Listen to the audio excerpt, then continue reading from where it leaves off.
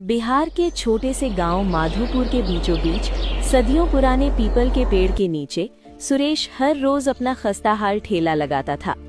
ठेले पर दो पुराने काले पड़ चुके पतीले रखे रहते, एक में पनियाई दाल और दूसरे में सूखे चावल। दिन भर सुरेश चिलचिलाती धूप में पसीना बहाता, लेकिन ग्राहक सिर्फ वही आते जिनकी जेब में 10 रुपए होते और मजबूरी में पेट भरना होता। पास के खेतों से काम करके लौट रहा एक मजदूर बिरजू पसीने से लथपथ होकर पीपल की ठंडी छांव देखकर वहां रुक गया। भूख से उसकी आंतें कुलकुला रही थी। अरे बाप रे, आज तो आसमान से आग बरस रहा है। ला सुरेश, एक प्लेट दाल चावल दे दे। सुरेश जल्दी से थाली में दाल चावल सजा के बिरजू को दे देता है। अरे यार सुरेश, रोज रोज ये पीला पानी और सूखे चावल ही बेचता रहेगा। आदमी खाते खाते बीमार पड़ जाए। कुछ नया करने का मन नहीं करता तेरा? मन तो बहुत करता है बिरजू भाई, पर नया करने के लिए सिर्फ सोच जरूरी नहीं होती, उसके लिए पैसा और हिम्मत दोनों ही चाहिए होता है। वैसे सच सच बता, इस दाल चावल की कमाई से तेरा घर चल भी पा रहा है या बस यूं ही दिन बीत रहे हैं? क्या बताऊं भाई, कर्ज तो परछाई बन गया है। जो 2 पैसे कमाता हूं साहूकार ले जाता है। घर में बीवी बच्चों के लिए तो कुछ बचता ही नहीं। सुरेश, अरे सुनो, ये ठेला बदल डालो, कुछ नया सोचो, कुछ बड़ा सोचो, वरना इसी पीपल के पेड़ के नीचे दाल चावल बेचते बेचते जिंदगी की दलदल में फंस जाओगे। बिरजू तो चला गया, लेकिन उसकी बातें सुरेश के दिल में तीर की तरह चुभ गईं। वो देर तक खाली सड़क को यूं ही घूरता रहा, जैसे जवाब उसी सुनसान रास्ते पर बिखरे पड़े हों।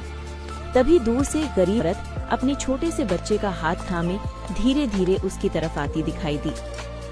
नहीं माँ, मुझे यहाँ का ये दाल चावल नहीं खाना। तो क्या खाएगा बाबू? इस ठेले पर तो बस यही मिलता है। मुझे बिहारी मटन चावल खाना है माँ। आज स्कूल में गोलू लाया था, एकदम मस्त महक रहा था। अरे मेरे लाल, यहाँ मटन चावल कहाँ मिलेगा बेटा?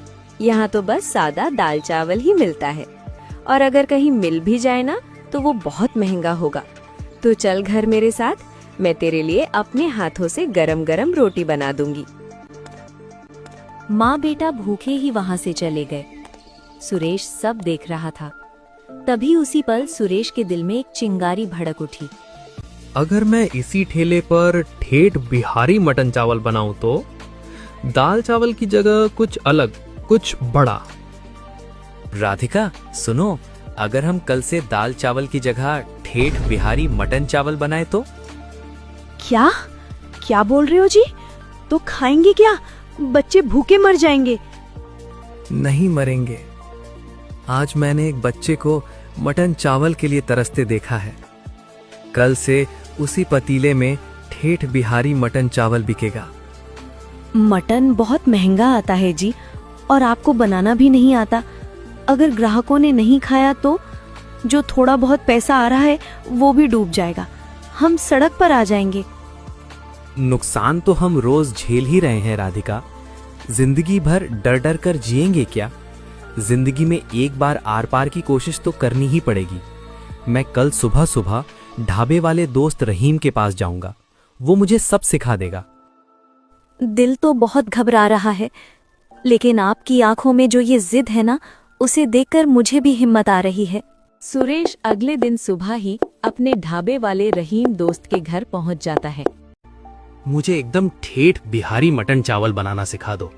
आज आर पार की लड़ाई है भाई, मुझे अपनी जिंदगी बदलनी है। मटन चावल? सुन मेरे भाई, मटन कोई मामूली चीज नहीं है। ये सिर्फ मसालों से नहीं, पकाने वाले के सब्र से पकता है। आप बस तरीका बता दो। सब्र तो मैंने जिंदगी भर किया है। ध्यान से सुनो। सबसे पहले मटन को अच्छे से धोना, फिर उसमें दही, कड़कता सरसों का तेल, खड़ा लहसुन और सूखी लाल मिर्च मिलाना। और सबसे बड़ी बात, पुराने पतीले में मटन रखने के बाद ढक्कन को आटे से सील कर देना। धीमी आंच पर अच्छे से दम लगाना। बीच में खोलकर देखने की जल्दबाजी मत करना। मटन सब्र मांगता है। सूरज की पहली किरण निकलते ही सुरेश वही पुराने पीपल के पेड़ के पास अपना ठेला लेकर पहुंच गए। आज उस पुराने पतीले में दाल नहीं चढ़ने वाली थी। आज सुरेश अपनी किस्मत आजमाने वाला था। सुरेश ने चूल्हा जलाया, लोहे के पतीले में सरसों का तेल डाला। जैसे ही तेल गर्म हुआ, उसने उसमें खड़ा लहसुन और सूखी लाल मिर्च डाली।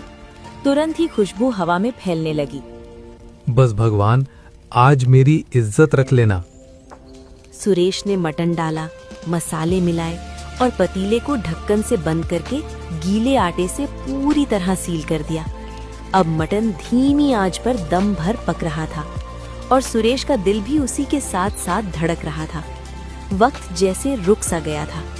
काफी देर बाद सुरेश ने धीरे धीरे आटे की सील हटाई और ढक्कन उठाया। जैसे ही ढक्कन खुला, सरसों के तेल, भुने प्याज और खड़े मसालों की ऐसी खुशबू उठी कि सड़क से गुजरते लोग भी रुक गए। तभी वही गरीब औरत अपने छोटे बच्चे के साथ वहां आ गई। माँ देखो, आज ठेले वाले अंकल ने मटन बनाया है। अरे, कल तो यहाँ दाल चावल मिल रहा था। हाँ बहन जी, आज पहली बार बिहारी मटन चावल बनाया है। अगर बच्चे को पसंद ना आए तो पैसे मत देना। औरत ने सिर हिलाया। सुरेश ने बच्चे को एक प्लेट दी। सबकी नजर बच्चे पर थी। बच्चे ने पहला निवाला खाया और अचानक उसका चेहरा खिल उठा। माँ, ये तो मेरे दोस्त के घर वाले मटन से भी ज्यादा स्वादिष्ट है। गोश्त तो मक्खन की तरह मुंह में घुल रहा है। बस यही सुरेश की जिंदगी की सबसे बड़ी जीत थी।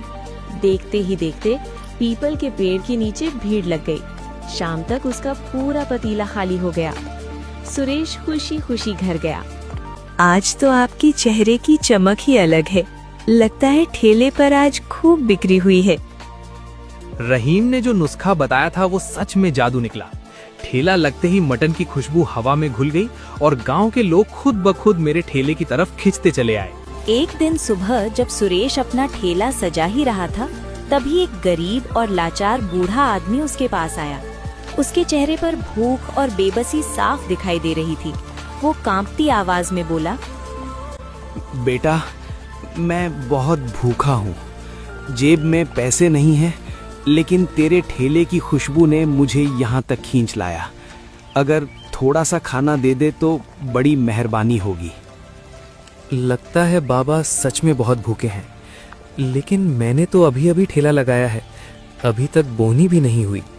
अगर इन्हें खाना दे दूं तो पता नहीं आज कमाई होगी भी या नहीं। सुरेश थोड़ी देर सोचता है, लेकिन उसका मन नहीं मानता है। मैं ये ठेला लोगों का पेट भरने के लिए लगाता हूँ। अगर आज सुबह सुबह एक लाचार और बूढ़ा आदमी मुझसे खाना मांग रहा है और मैं उसे मना कर दूं, तो इससे बड़ी शर्म की बात मेरे लिए क्या होगी। बाबा आइए, पहले आप खाना खाइए।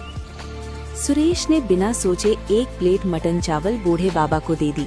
उसे पता था कि आज अगर उसका ठेला चल रहा है तो उसमें उसके दोस्त रहीम की दोस्ती और भगवान की दुआ दोनों का हाथ है। लगता है आज मेरी पहली बोहनी किसी भूखे को खाना खिलाकर ही होनी थी।